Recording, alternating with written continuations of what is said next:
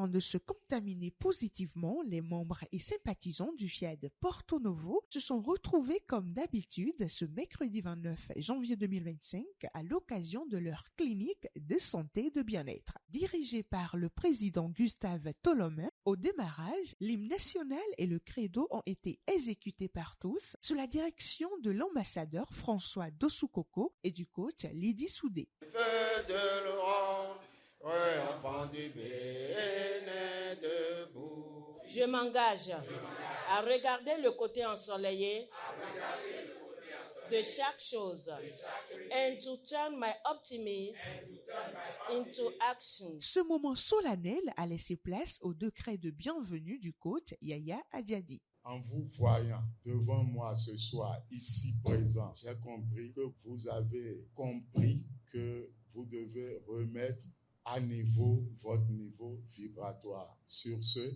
je vous décrète une excellente clinique de santé. Après lui, c'est avec une passion qu'on ne lui connaissait pas que le coach Paul Dejinou est venu dire pourquoi il aime le FIAD. C'était dimanche dernier mon anniversaire. À partir de vendredi, celle qui m'a mis au monde il y a 71 ans a commencé des malaises. Il présentait des signes qu'elle voulait partir. Nous avons fait ce qu'il faut faire et on se chahutait en disant, et c'est moi-même qui l'ai dit, il y a 71 ans, j'étais dans le ventre et je cherchais à sortir. Je lui envoyais les pieds. Ce sont ces malaises qu'elle avait. Nous avions essayé de faire l'allégorie comme ça et le dimanche matin, elle se portait très bien.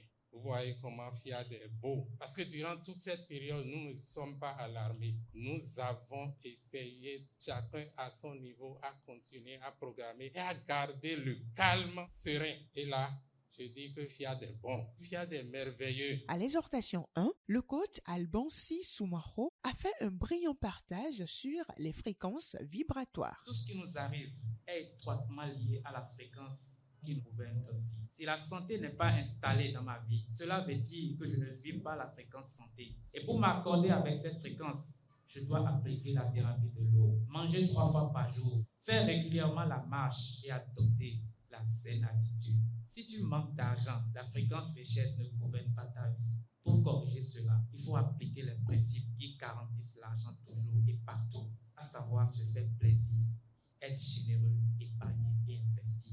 Il en est de même pour tous les autres domaines. Au-delà de tout ceci, l'élément principal et fondamental à ne pas négliger est la programmation. À l'exhortation 2, c'est sur la patience que le coach Boniface Arwangbeyon s'est prononcé. Cultiver la patience, c'est semer la paix dans son cœur et autour de soi. C'est toujours mieux de se parler et de clarifier certaines situations.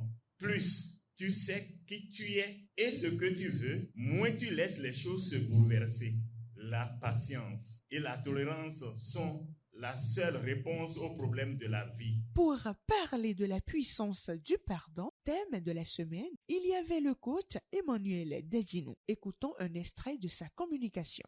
Pourquoi devons-nous pardonner? Refuser de pardonner et garder quelqu'un dans son cœur revient alors à nous faire du mal, à nous empoisonner. Au moment où celui qui nous a offensés se porte à merveille.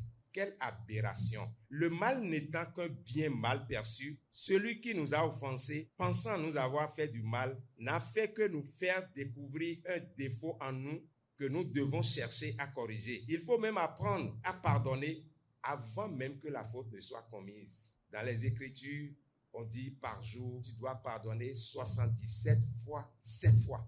Donc, on peut dire toutes les 2 minutes, il faut pardonner. Après avoir répondu favorablement à l'appel à contribution du coach Romance Azaïno, les privilégiés à cette soirée ont programmé intensément avec le coach Louis Vaudounon. Dieu m'aime, tu as confiance en moi, Dieu est fier de moi, Dieu m'aime. Avant de passer à la dégustation du cocktail. Chaque fois que je mets pied ici, je suis content, je suis heureux parce qu'on vient prendre les vibrations positives pour notre bien-être. Oui. Je me suis sentie concernée. Le fait de pardonner, moi-même d'abord, je dois me pardonner pour aller de l'avant, pour pouvoir pardonner aux autres également. Tout à l'heure, quand l'atelier de parole transformatrice a eu lieu, j'ai senti de la chaleur descendre de moi parce que j'ai vécu depuis dimanche des situations particulières. Donc, qui pardonne se fait du bien. C'est ainsi qu'a pris fin cette belle clinique. Rendez-vous est pris mercredi prochain pour un nouveau thème, mais en attendant de se retrouver, faites l'exercice du pardon pour expérimenter ses bienfaits.